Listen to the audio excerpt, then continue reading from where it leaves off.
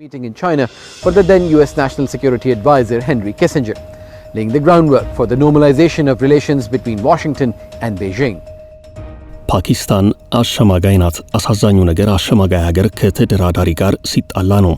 ኢራንና አሜሪካ እንደተለመደው እየተዛዛቱ ነው። የተኩስ አቁም ጉዳይም ይጸናል ወይንስ አይጸናም የሚለው ጉዳይ አሳሳቢ ሆኗል። ከተኩስ አቁሙ በኋላ ሳዑዲ አረቢያና ኩዌት ማን እንደመታቸው ሳይታወቅ የድሮን ጥቃት ደርሶባቸዋል። There have been attacks reported in Kuwait and Saudi Arabia despite the pause in fighting. ትራምፕ በበኩላቸው ኢራንን እያስጠነቀቁ ነው። Now the US President Donald Trump has issued a series of warnings to Iran. Writing on Truth Social, he said there are reports that Iran is charging fees to tankers አልጀዚራ ዘገባውን ይቀጥላል። going through this strait. They better not be, and if they are, they better stop now.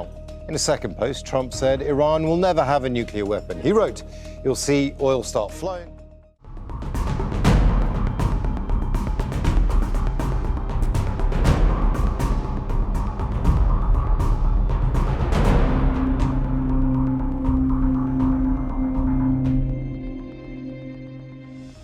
ፓኪስታንና እስራኤል ምን አጣላቸው? ይህንን የካንሰር መንግስት የእስራኤልን ማለታቸውን የፈጠሩ አካላት በገሃነመ እሳት እንዲቃጠሉ ጸልያለሁ ያሉት የፓኪስታን የመከላከያ ሚኒስትር ናቸው።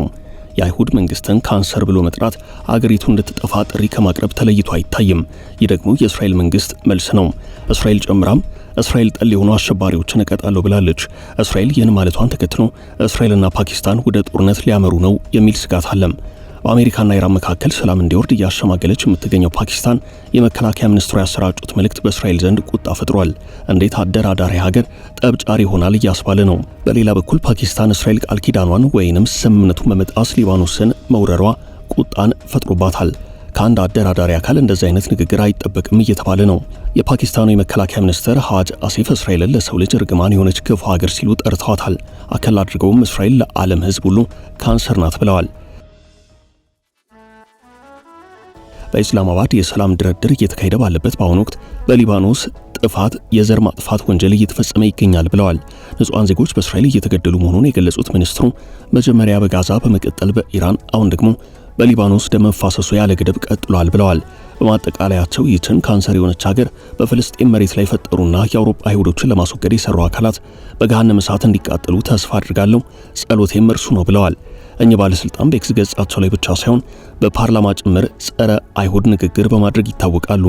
የፓኪስታን መከላከያ ሚኒስትር ሐዋጅ መሐመድ አሲፍ በሀገሪቱ ብሔራዊ ምክር ቤት ፓርላማ ተገኝተው ባሰሙት ንግግር በእስራኤልና በህንድ ላይ ያነጣጠረ ትችት ሰንዝረዋል። በንግግራቸው ወቅት በተለይ እስራኤል በፍልስጤማውያን ላይ ያደረሰች ያለውን ጥቃት የኮነኑ ሲሆን ህንድም በተመሳሳይ በካሽሚርና በሙስሊም ዜጎቿ ላይ የፈጸመች ነው ያሉትን በደል ዘርዝረዋል። የሙስሊሙ ዓለም ህንድና እስራኤልን እንደ እውነተኛና ዘላለማዊ ጠላቶቹ ሊያውቃቸው ይገባል ብለዋል። ሁለቱ ሀገራት በሙስሊሙ ማህበረሰብ የሚከተሉት ፖሊሲ ተመሳሳይነት እንዳለውም ተናግረዋል። የመግለጫ በፓኪስታንና በጎረቤት ህንድ መካከል ያለው የዲፕሎማሲ ግንኙነት በከፍተኛ ውጥረት ውስጥ እንደሚገኝ የሚያሳይ ነው ተብሏል። እስራኤልን በተመለከተ ሚኒስትሩ ዓለም አቀፉ ማህበረሰብ ዝምታውን እንዲሰብርና በጋዛ እየደረሰ ያለው ሰብአዊ ቀውስ እንዲቆም ግፊት አድርገዋል። ፓኪስታን ከእስራኤል ጋር ይፋ የዲፕሎማሲ ግንኙነት የሌላት ሲሆን የፓኪስታን ባለስልጣናት በየጊዜው በሚሰጡት መግለጫ የእስራኤልን ፖሊሲ ይቃወማሉ። እስራኤልም ፓኪስታንን አንድ በሉልኝ ስትል ቆይታለች። የእስራኤል መንግስት ለፓኪስታን መከላከያ ሚኒስትር መልእክት አፋጣኝና ጠንካራ ምላሽ ሰጥቷል። የጠቅላይ ሚኒስትር ቤንያሚን ኔታንያሁ ቢሮ እስራኤል ትጥፋ የሚለው ጥሪ እጅግ አስነዋሪ ነው፣ ይህ ከየትኛው መንግስት በተለይ ደግሞ ገለልተኛ የሰላም አሸማጋይ ነን ከሚል አካል የሚጠበቅ አይደለም ብለዋል። የውጭ ጉዳይ ሚኒስትር ጌዲዮን ሳር የመከላከያ ሚኒስትሩ ንግግር ግልጽ የአይሁድ ጥላቻ የታየበት ነው ብለዋል። የአይሁድ መንግስትን ካንሰር ብሎ መጥራት ሀገሪቱ እንድትጠፋ ጥሪ ከማቅረብ ተለይቶ አይታይም ብለዋል። እስራኤል መጥፋቷን ከሚመኙ አሸባሪዎች ራሷን የመከላከል መብቷም የተጠበቀ ነው ሲሉ መልእክት አስተላልፈዋል። ይህ የቃላት ምልልስ ፓኪስታን በአሜሪካና በኢራን መካከል እያደረገች ያለችውን የሽምግልና ጥረት ጥያቄ ውስጥ የከተተ ሆኗል። የእስራኤል አሜሪካና ኢራን ድርድር የሚሰምር አይመስልም። የተኩስ አቁም ስምምነት በተፈጸመ በነጋታው ኢራን የሆርሙዝ ሰርጥን ዘግታለች። እስራኤልም ሊባኖስን ክፉኛ ደብድባለች። የኢራን የቀድሞ የውጭ ጉዳይ ሚኒስትር መሞታቸው ተሰምቷል። የኢራን የውጭ ግንኙነት ስትራቴጂያዊ ምክር ቤት ኃላፊ ካማል ካራዚ በአሜሪካና በእስራኤል በአየር ጥቃት በደረሰባቸው ከባድ ጉዳት ምክንያት ሕይወታቸው ማለፉ ታውቋል።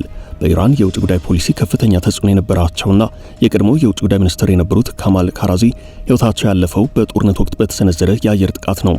ኃላፊው በኢራን ከፍተኛ አመራሮች ዘንድ ትልቅ ቦታ የነበራቸው ሲሆን ሕይወታቸው ማለፉ በወቅታዊ የቀጠናው ውጥረት ላይ ተጨማሪ ትኩሳት ፈጥሯል። አሁን ከግራም ከቀኝም በሚሰጡ አስተያየቶች አሜሪካና ኢራንን ከፓኪስታን የተሻለ ሊያደራደር የሚችል አካል የለም እየተባለ ይገኛል። ሊባኖስና እስራኤልን ደግሞ አሜሪካ እንድታሸማገል ጥሪ እየቀረበ ነው። ይህን የሰሙ አካላት የጦርነት የመቆም ዕድሉ ጠባብ ነው እያሉ ይገኛሉ። የተኩስ አቁሙም አይጸናም ተብሏል። አሜሪካና እስራኤል በወታደራዊ ጉዳዮች አጋሮች ናቸው።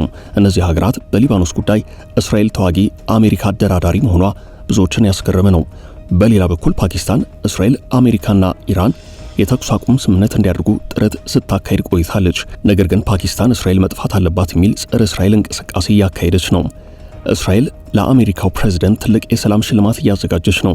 የእስራኤሉ ጠቅላይ ሚኒስትር ቤንያሚን ኔታንያሁ እንደገለጹት እስራኤል ለፕሬዝዳንት ዶናልድ ትራምፕ አዲስ የተቋቋመውን የእስራኤል የሰላም ሽልማት ልትሰጣቸው ነው።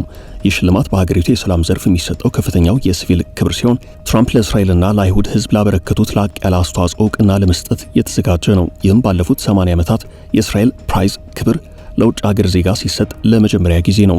ፕሬዝደንቱ በሚቀጥለው የፈረንጆቹ ሚያዝያ 2026 በሚከበረው የእስራኤል የነጻነት ቀን ጉብኝታቸው ሽልማቱን በአካል ይቀበላሉ። ይህ ሽልማት ትራምፕ ለጽዮናውያን ያሳዩትን ጽኑ ድጋፍ የሚያከብር ሲሆን በተለይም ኢየሩሳሌምን የእስራኤል ዋና ከተማ አድርገው እውቅና መስጠታቸው የአብርሃም ስምምነትን በማመቻቸት ከመካከለኛው ምስራቅ ሀገራት ጋር ያላቸውን ግንኙነት ማደሳቸው፣ የአይሁድ ጥላቻን መታገላቸውና የታገቱ እስራኤላውያን እንዲፈቱ ላድርጉት ጥረት የተሰጠ እውቅና ነው። ይህ ውሳኔ በትራምፕና በኔታንያሁ መካከል ያለውን ጥብቅ ወዳጅነት የሚያሳይ ነው። በሌላ በኩል አሜሪካና ኢራን እንደተለመደው በዛቻቸው ገፍተውበታል። የኢራኑ ከፍተኛ መሪ ሙጅተባ ኻሜኒ የቀድሞ መሪ አሊ ኻሜኒ በሞቱ በ40ኛው ቀን ባስተላለፉት ጥልቅና ቁጣ የተቀላቀለበት መልእክት በኢራን ላይ ጥቃት የሰነዘሩ አካላትን በፍጹም አንለቃቸውም ብለዋል። ኢራን በደረሰባት ጉዳት ሁሉ ካሳ እንደምትጠይቅና የፈሰሰውን ደም እንደምትበቀል ዝተዋል። በሀገራቸው ላይ ጥቃት የሰነዘሩ ወንጀለኞች እንደ አላህ ፈቃድ በእርግጠኝነት እንደማንለቃቸው ሊያውቁት ይገባል ብለዋል። ኢራን ስልታዊ በሆነ መንገድ የሆርሙዝ የባህር ወሽመጥ ላይ የምታደርገውን እንቅስቃሴ ወደ አዲስ ምዕራፍ እንደምታሸጋገር በማስጠንቀቅ ቀጠናዊ ውጥረቱን ከፍ አድርገዋለች።